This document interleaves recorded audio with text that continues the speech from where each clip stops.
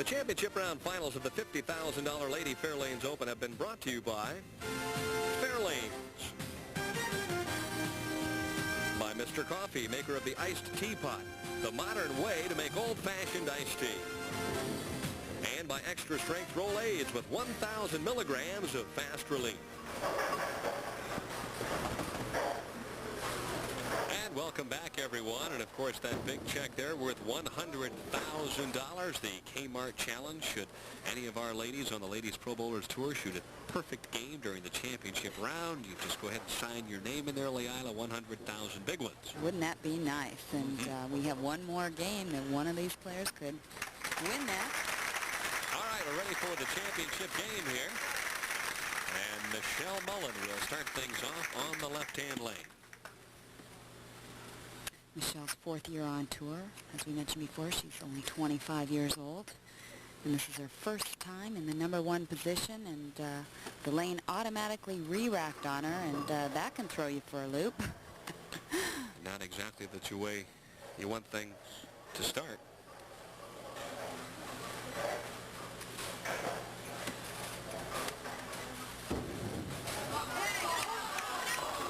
Up the track through the nose, we have seen that scenario thus far this evening.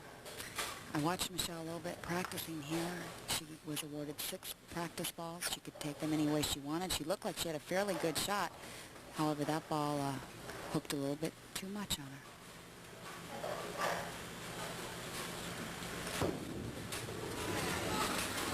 Cross lane to the left of the 3, but spare up for that 25-year-old from Maxine, Illinois, south of Chicago. Now Nikki wanting to break that string of being the bridesmaid. Actually, once is enough for that, right? You bet.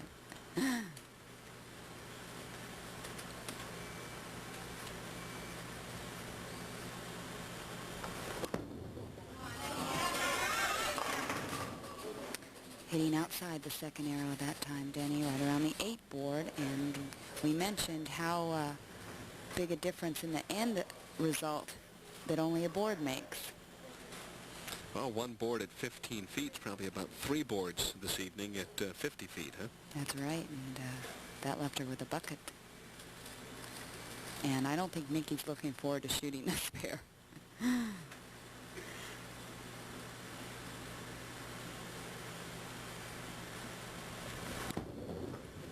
Plenty of speed. Well, one thing's for sure, she's had a fair amount of practice. And she's been able to really pick up the majority of the left-hand spares after she missed the first few in the first couple games.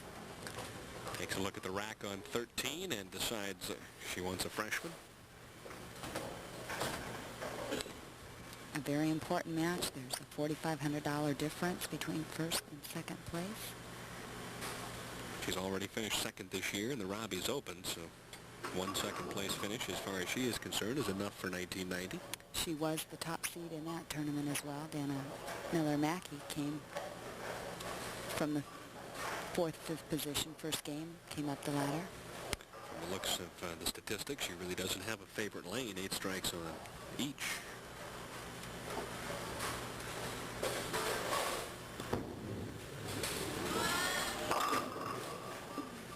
It really appears, though, to be lane 14 is holding the line a bit better than lane 13. Lane 13 seems to be hooking a little bit earlier. It appears Nikki got something in her eye at the time. And, of course, don't forget, live top-ranked boxing coming your way immediately following the championship finals here of the Lady Fairlanes Open. Al Bernstein and crew ready to provide all the action.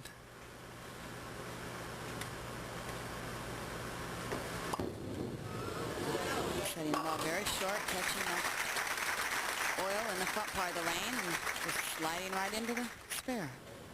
All right, let's see if Michelle Mullen can get things started here. She's been waiting for the better part of an hour to get this shot, claiming her first title. Michelle was really hoping that her family was going to be able to see her bowl live this evening. They were hooking up the cable or trying to get it hooked up. Her grandmother's been ill, and she was hoping she'd get a chance to watch her bowl. Well, Well, she averts the 2-8-10, but the 2-8-7 stands. We saw Nikki miss this a little bit earlier on in match number 2.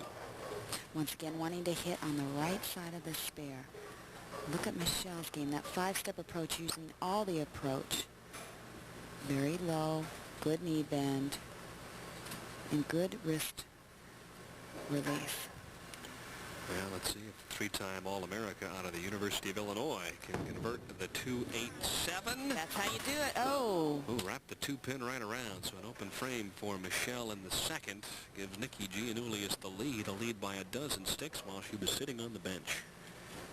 It's a nice way to get a lead. Now here you do want to hit on the right side, but the ball just slid. It deflected off that 2-pin rather than hitting the 8-pin. Had it hit the 8-pin, it would have driven it into the 7. The angle has to be just perfect on that shot. Very tricky split. Trying to make those adjustments on the fly. Much better shot here, and nearly strikes, but leaves the half 10 on lane 13. You can see that Michelle is playing a little farther out, actually where Lorrie had moved out to, right around the 7th, 6th, 7th board, pointing more direct to the pocket. And that 238 average on lanes 13 and 14, by far and away the highest of our top 5 players. She obviously liked the pair. And now another miscue. A little bit rattled at this point in the early stages of the championship game. Now, as that ball did hit the 10-pin, it still is not awarded a spare. It did hit the channel first. Has to be thinking about just taking it a shot at a time at this point, and in a low-scoring affair, you're never out of it.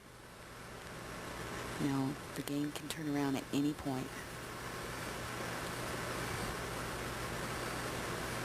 Nikki leading by 23. Plenty of speed. 2-pin remains, but she's already missed one of those this evening as well. Although I think the oil's carried down far enough on the left side that spares aren't quite as difficult. I think so. As we mentioned, as the more and more play is on the lanes, the conditioner does carry down. And how many pins advantage does somebody like Nikki have after 3 games on the championship round pair heading into just 1 game? Well, I really think she has quite an advantage, Danny, because she's able to know, especially shooting spares, what the ball's going to do, whereas Michelle could be wondering as far as shooting the 10-pin, is the ball going to slide or hook on her? Yeah, it's a guessing game when you get 3 shots on either lane and go ahead and load it up after you've been waiting for an hour and 15 minutes. One other stat that I'm sure that Michelle Mullen fans aren't particularly enamored with is the fact that out of 4 tries thus far this year, the top seed has won just once, 25% of the time. It's really not a high percentage win position. More times than not, those players come up from the bottom positions and are able to really get locked in on the lanes.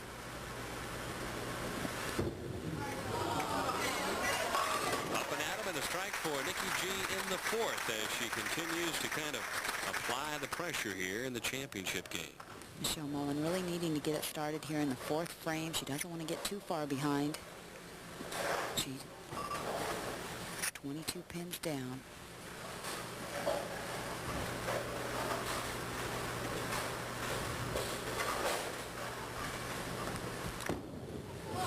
Better roll on this shot.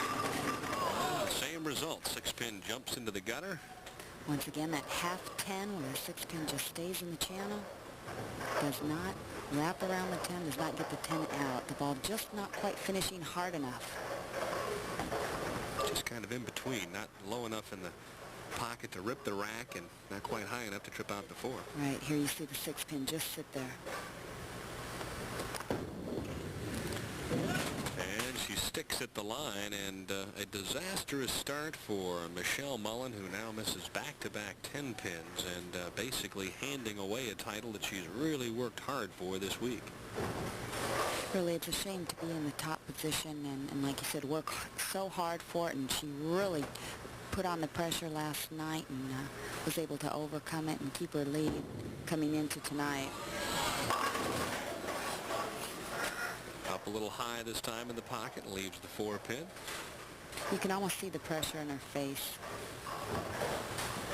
And it builds as you open up in your second frame, because the only thing that goes through your head is you've just handed over 10 pins to your opponent.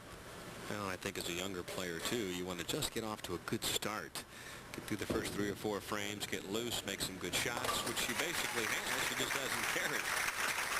But you can't afford to miss spares, especially in a championship game, because good players will take advantage of that. No, Michelle also getting a nice check last year, though. She finished second in the Seagram's Coolers U.S. Open, and that paid $20,000. So she has finished second before. And Nikki G on a strike, leading by 33, and she could send everybody home a little early. She throws a couple more right here.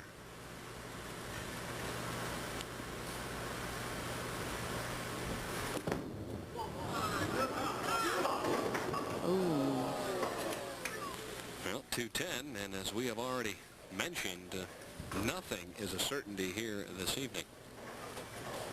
To convert the 210 spare, she would like to hit on the left side of the 2-pin, throwing it into the 10-pin.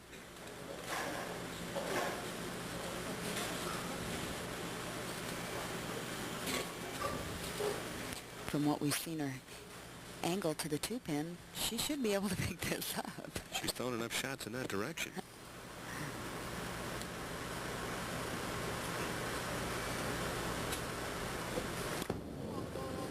She gave it the room, and that ball just took a left turn.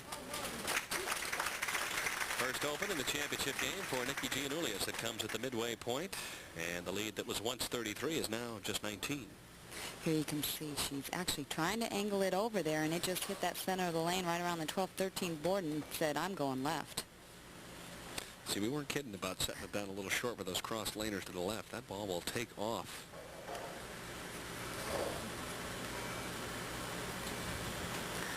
Only leads by 19.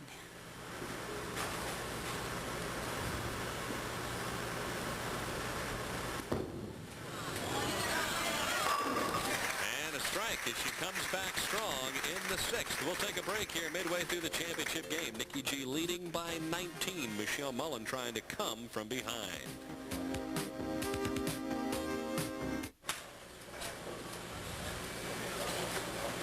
And while we were away, an excellent shot in the 6th for Michelle.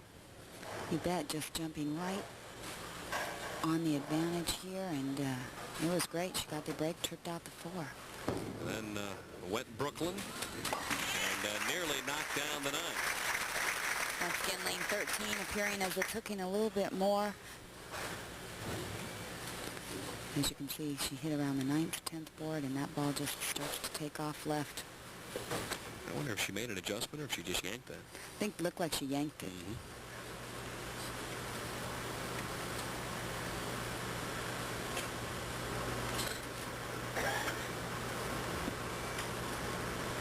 Nikki looking for a double.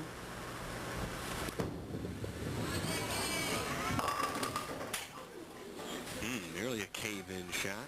And she carried that earlier tonight. Wasn't able to do it this time.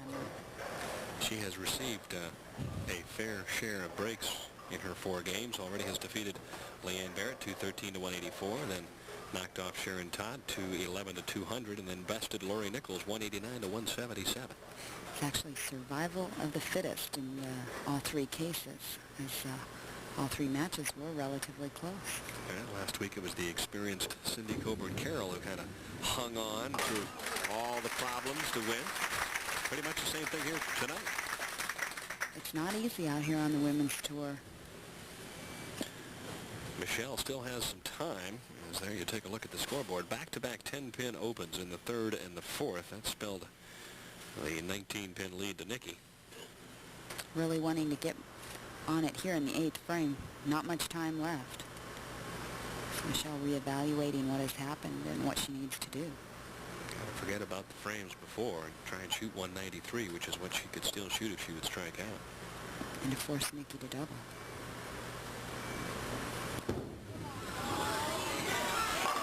Oh, that was the Dice-O-Matic. May have been the best shot of the night for Nikki Gianulias, who really put the clamp on there in the 8th. I think so. A lot of fingers, a lot of lift on that ball.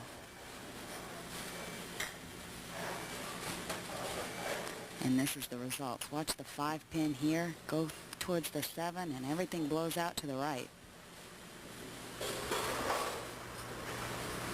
Crunch time for Michelle Mullen. Needs to answer the challenge, and she does with a blistering strike on the right-hand lane. Excellent shot. Right again, outside around the 7th board coming into the pocket rather than hitting around the 9th or 10th board. A little farther out to the right, down line, and the ball makes a nice break right into the pocket.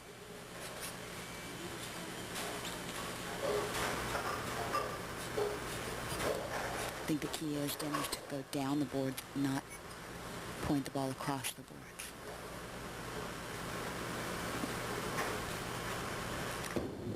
Got to give it some room, and she does. Does she carry the light hit? No. 10-pin stands, and what's going through her mind now? She's already missed a pair of those.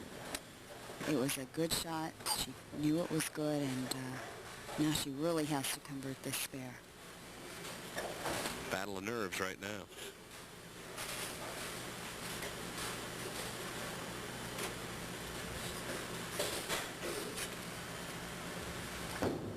Try and stay with the shot, and she does. Gutsy cross lane conversion of the 10 after a couple of misses. That's not what you want to leave. No, mind over matter in that case. Well, to set up the scenario, the best game that Michelle could bowl now would be 173. Doesn't sound like much, but Nikki still has the 9th and the 10th yet to go here. And she has to fill both frames.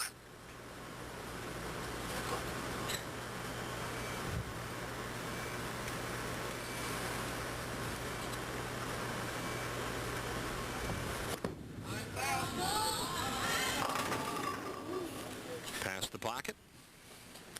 And don't forget, coming up momentarily, next on ESPN Live, top-ranked boxing coming your way. Some outstanding cards. Just about ready to get started here. They're trying to hold off those guys from throwing the leather here for another minute or two so we can finish up the Lady Fairlanes Open. Oh, those boxers can hang on. Oh, sure they can. Plus, they're in Tahoe. Sure. The tables for 5 minutes, right? That could be costly. Yeah. Really a gutsy shot here by Nikki in the 9th frame. She trusted it, and I think that's really important.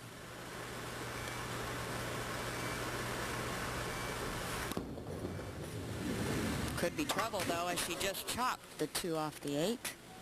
What did I tell you? Stranger things have happened. This will come down to the 10th frame. Should Nikki Gianulias throw a double and any kind of count at all, she is a winner. However, Michelle Mullen still is alive in this one. Pretty amazing after missing 3 spares to still be alive in the championship match. I'm going to say yes. I'm going to vote a yes there.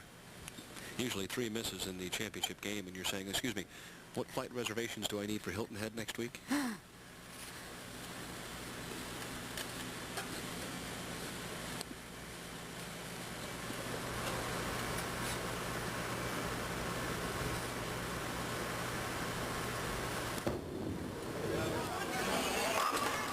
She's delivered all night long in the clutch. Excellent shot there, but a solid 10. Really a great shot on lane 13 because that hasn't been her best lane. Obviously her job right now, the chore at hand, pick up the 10, throw a strike and shoot 170 and force Michelle Mullen to double. Right here's the ball. Just doesn't quite make it hard enough into the pocket. That half 10.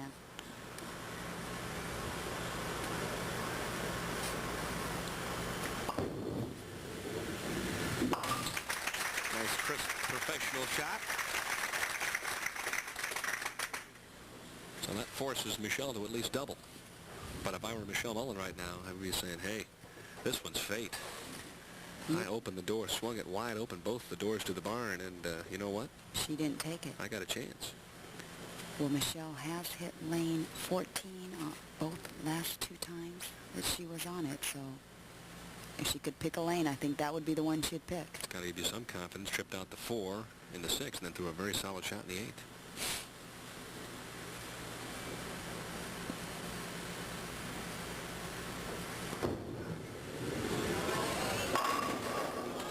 Well, kicking out the 4-pin, it wasn't pretty, but a game of 170 may be enough.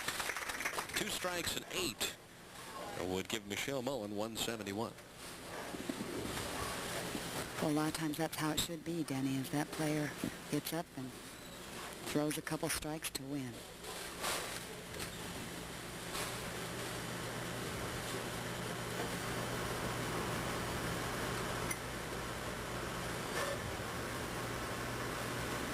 Michelle Mullen waiting for the re-rack here in the 10th. Pressure builds.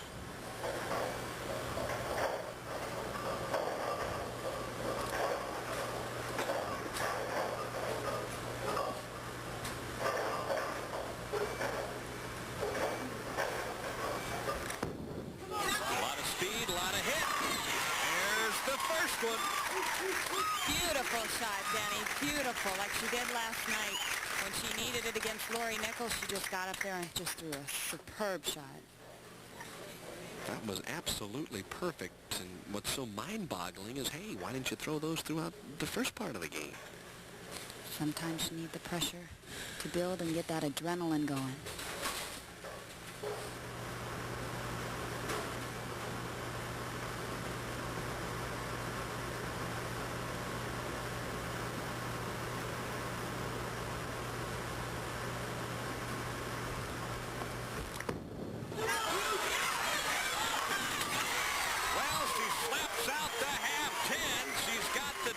Meanwhile, Nikki is watching title number 12 fly here in Maryland. 8 pins, and Michelle Mullen has the comeback win of the year. Really needs to take her time on this shot, Denny. Pin count is so important here. She needs 8.